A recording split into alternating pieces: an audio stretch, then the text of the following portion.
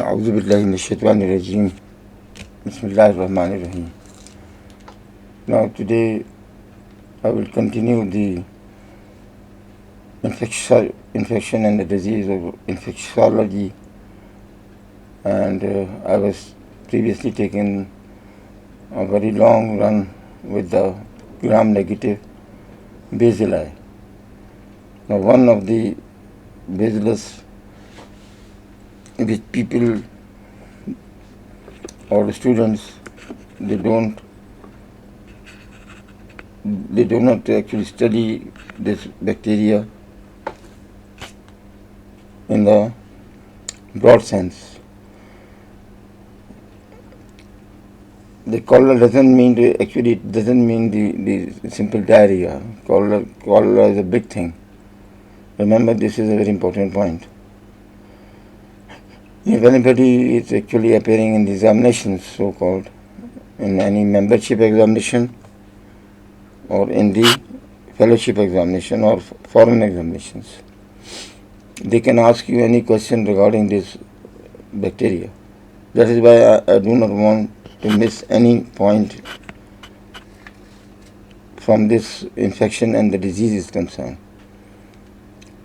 And I am Professor Ali Haider. I am Honorary Global Professor of Medicine, so-called, and without any need of any fame or name or economics. And this is actually just for the sake of the knowledge I am transferring this.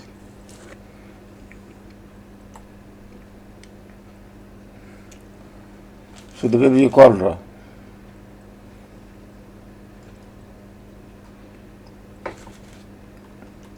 The introduction is that this importance is seen in some of the part of the world.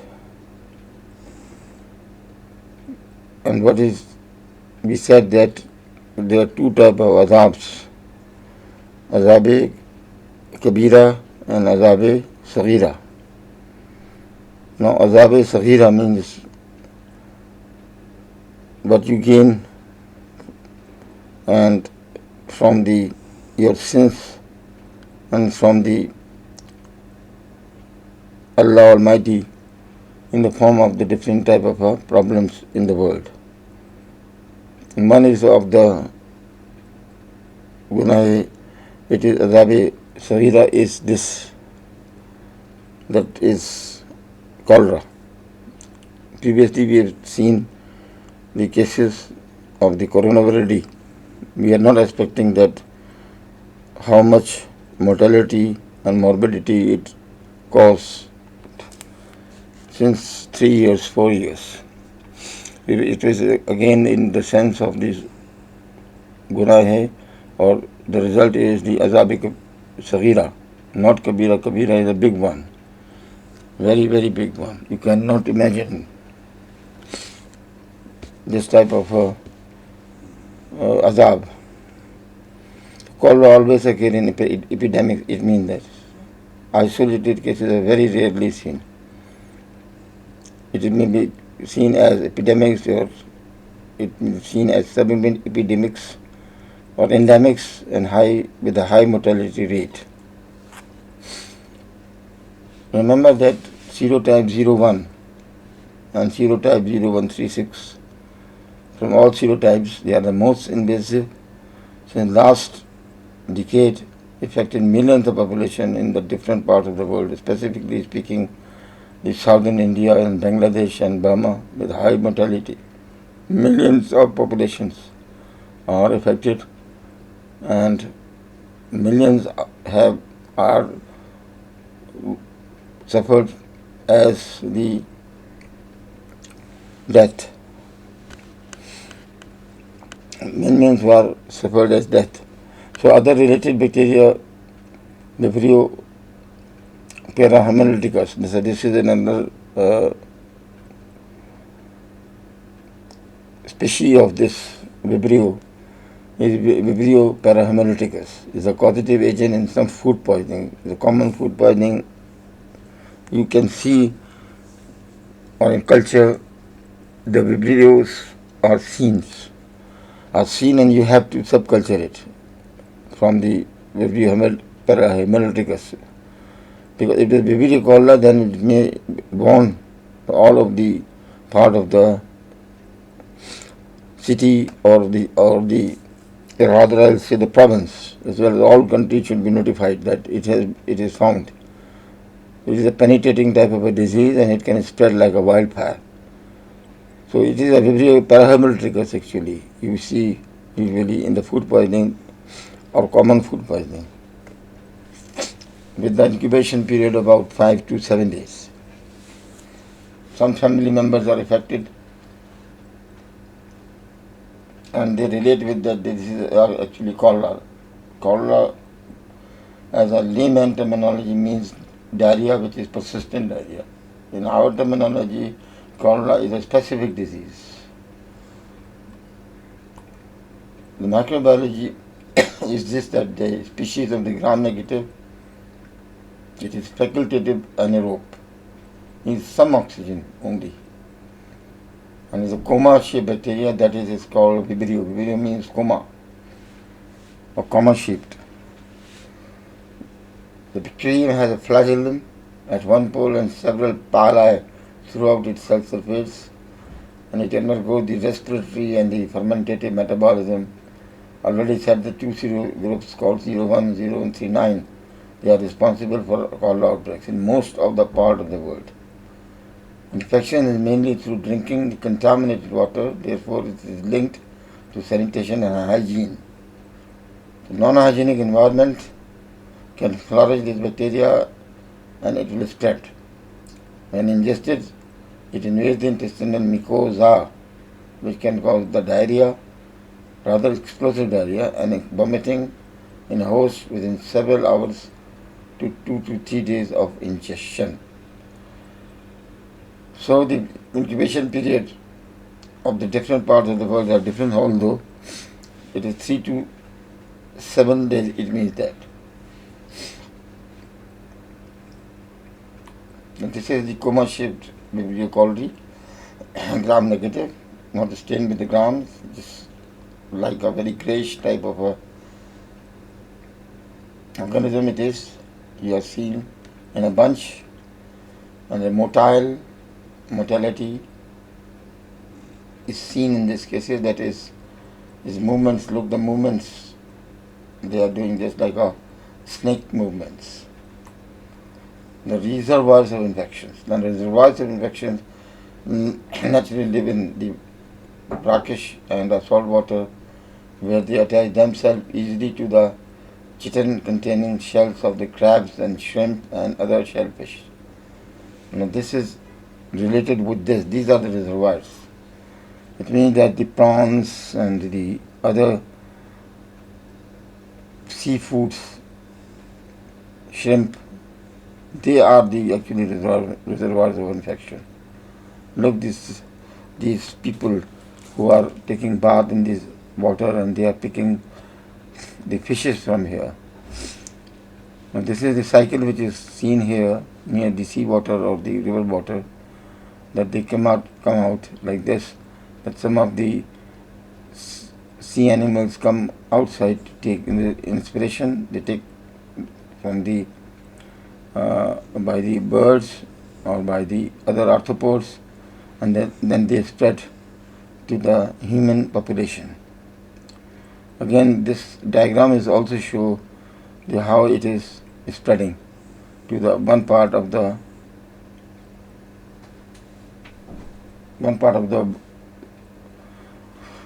city to the other part of the city or the region. It is mainly the contaminated food or contaminated water, related basically with these shells of crabs and shrimps and other shellfish. And those are fond of picking the crabs or shrimps and other shellfish, small fishes collections. They are at the high risk of this. Now, some strains of the Vibrio cholera are pathogenic to the humans and cause a deadly disease, which is known as cholera, which can be derived from the consumption of undercooked or the raw marine live species. undercooked food or the raw marine live species. So there are a lot of the marine live species, that is called seafoods, which are served in restaurants. So be careful in taking these foods.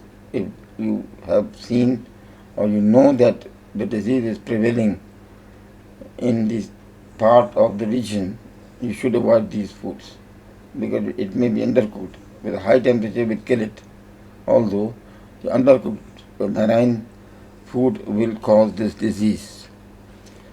But the contaminated water is the main source in most of the part. The global incidence, that is epidemic, it is endemic or epidemic occurrence always.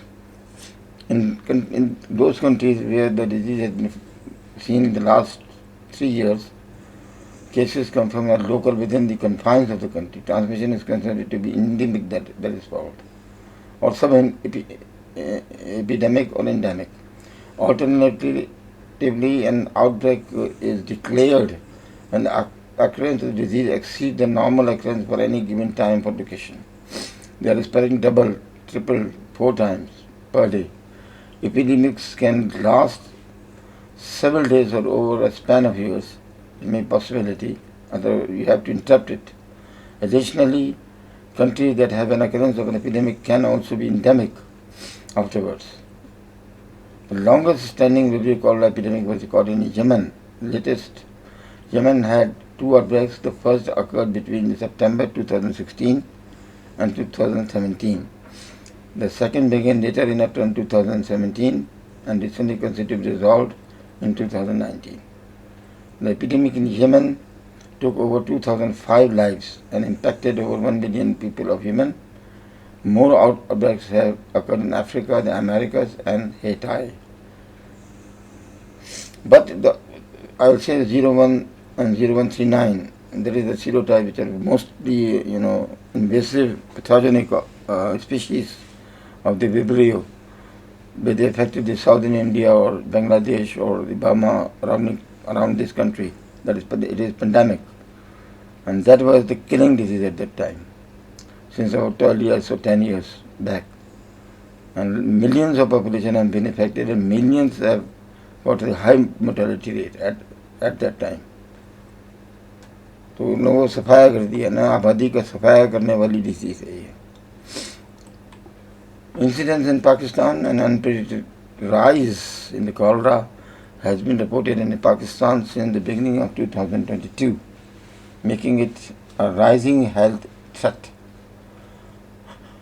What is we call the epidemiological disease surveillance in the field, it reports that in April 2022 have been reported, this authority reported 6,231 suspected cases of cholera. April 2002, it can remain to 2023 also, 6231, although it is sub-endemic in some part of the Sindh of Pakistan. In the rural Sindh, which are affected badly, all village members are affected, and the health authorities rushed to detect it, and they suppressed their this spread at that point. That is why it is not spread to the other villages or other divisions of the Sindh. Pathogenesis is that the Vibrio cholera pathogenesis give genes code for the proteins directly or indirectly involved in the virulence of the bacteria to adapt the host intestinal environment to avoid being attacked by the bile acids and antimicrobial peptides. So it has got it is resistant to the action of the bile salts and acids and antimicrobial peptides. The Vibrio cholera uses its outer membrane vesicles, OMV that is called, outer membrane vesicles, to resist these effects of the acids as a concern as the peptides are concerned. Upon entry, the bacteria sheds this outer membrane vesicles containing all the membrane modifications that make it vulnerable for the host attack. What is seen is just like this. What is coming and it is resisted for the acid is coming from the stomach into the small intestine, which is the major part which is affected is small intestine, not colon. So here the resistant part, it is resistant to this outer membrane vesicles. It will encodes here at the surface and it penetrates this surface, mucous membrane. And here it alters all of the internal environment of this mucosa, and the salt and the water and other cations and anions which are absorbed here, they are affected. So here the osmosis is reversed. Reverse osmosis occurs. That is, all of the water and the electrolytes which are present in the circulation, they pour it out to dilute it in the intestine. But reverse osmosis occurs, so the salt is lost and the water is lost and other anions and cations are lost in this fashion. Very, very quickly, because it is moving on the mucous surface of the small intestine, it comes in the colon where the irritation occurs, and because of the irritation of the colon, the patient signals, warning signals are very, very less to go to the toilet and defecate it. It is the stools which are coming out are explosive. They come out once and then again and then again and then again, because of the bulk of the water which is you are losing inside the intestine. That is, you have to remember this. The reverse type of a problem occurs, reverse osmosis. But this is a very, very important problem. The warning signs is that when you feel the reflex, it means that it comes in the rectum. Basically, sigmoid colon expels into the rectum, and the rectum there are two sphincters. One is sphincter internal and external. When it touches the upper sphincter, it means you have to rush it to the toilet. Otherwise, if you will not go in due time, it will open and it will come into the anal canal. It means that the sphincter and I will not hold it, and it will let it go. The people will go inside the latrine, come out and go again in latrine and come out and go and again. And this type of feature is seen in this cholera epidemics or endemics. So Vibrio cholera infects the intestine and it causes the diarrhea, the hallmark symptom of the cholera. It is explosive diarrhea. Infection can be spread by eating contaminated food or drinking contaminated water, as I already told. It also can spread through the skin contact with the contaminated human feces. It means auto-infection can occur also. Not all infection indicate symptoms. Only about 1 in 10 people develop diarrhea because of the internal resistance provided by the defense mechanisms. The major symptoms include the watery diarrhea. It is, at one time it's called the rice water stool, just like this. Rice water means there's only flecks of some mucus are seen. A lot of water is containing, and it is the volume of the diarrhea which is important. Volume rather than frequency, because one stool you have passed means that a lot of salt and water will be gone.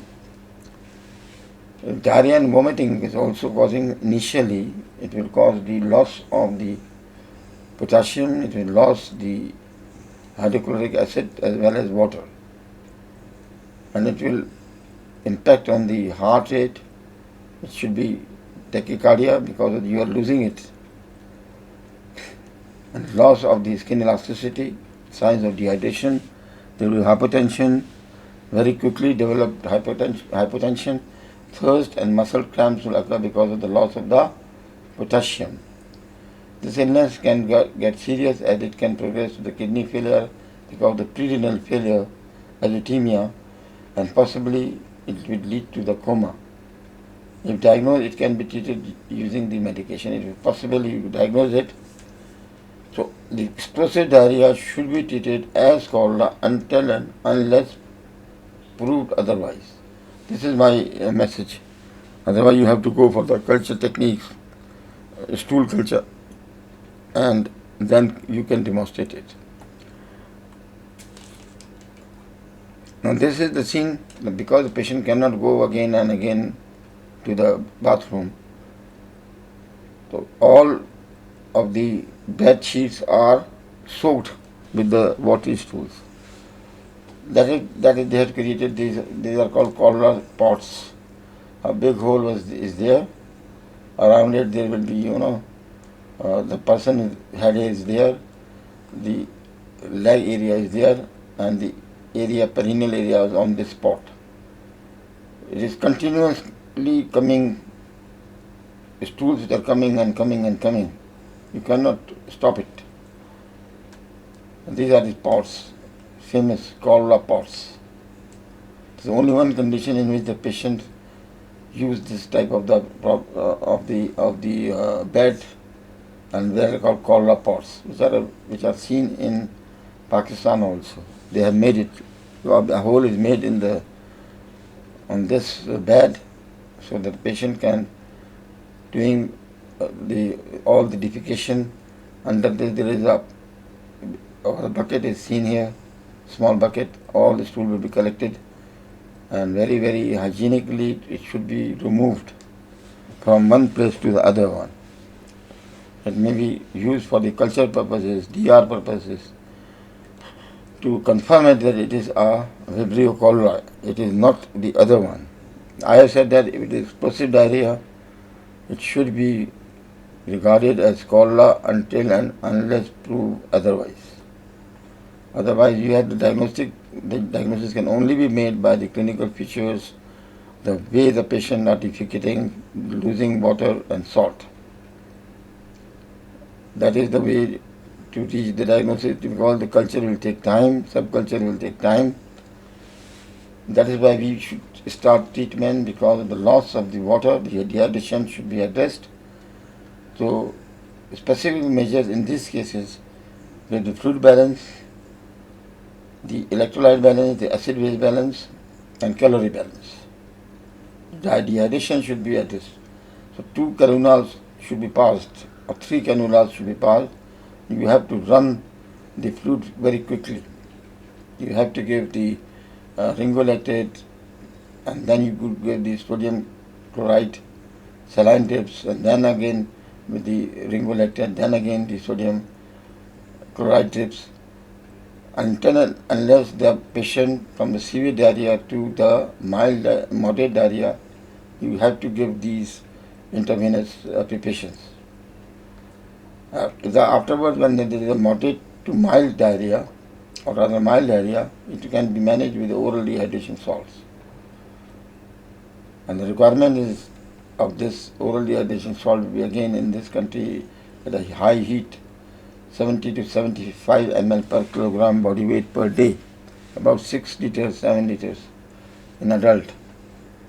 When the patients are severely dehydrated and unable to take the proper amount of the fluid, I already mentioned out that the intravenous therapy should be given with the fluids, with the salts, and you have to manage the acid-base balance, because hypokalemia will cause alkalosis. If you will address the potassium, then alkalosis will be reversed back. The antibiotics should be used in those cases where moderate to severe condition occur. And typically at our time we use tetracycline as vibramycin, that is doxycycline intravenous. It will be given 100 milligram twice a day. And now they are also seen that these strains are sensitive to fluoroquinolones. So ciprofloxacin can be given to these patients, as well as either in the resistant cases or refractory cases azithromycin are affected. it should be given intravenously. The other things you should not use, like the other, the what is known as the Lomotil tablets or the anticholinergics, etc. They will worse it. So capsule Imodium are used usually. They should not be used. In these cases, retention will occur in the small intestine. Lot of fluid will be collected. Unseen loss is seen. So remember what you have seen in the outside, that is the amount of the volume of the diarrhea is nothing. Actually inside this, in your body, there are a lot of fluids which are secreted out, and you are retaining it with the wrong drugs like diphenoxylate and other things. So you should not give the choline or diphenoxylate or these type of things. Otherwise, the patient will not tell you properly, and the patient will go very, very quickly into the severe dehydration and will die. And that is why we will not promote to stop the diarrhea by symptomatic measures. It should be through the replacement of the fluid and the salts. And in the moderate and severe cases, antibiotics should be given to these patients as soon as possible. The preventive measures are, they say that, of course, the problem is sanitation, and the marine fluid should be properly prepared, and hand washing techniques should be used, and it should be advertised how to hand wash, to scrub the hands, etc. A single dose vaccine is available for those traveling to the area where cholera is common. That they give the vaccine, single dose. There are two types of vaccines. One is the parental, which is not used nowadays. That is called TABC. For again the typhoid and paratyphoid A and B, and C for cholera, TABC vaccine. Usually it is not practiced nowadays, but the new vaccine is available, that is called the oral cholera vaccine, OCV. There are three types of the OCV available in prevention, made by the certain pharmaceuticals, that is Decoral or Shancol and Avancol Plus. All three oral cholera vaccine require 2 doses to be fully effective. One dose should be given on the first day, and the second will be given on the second or the third day.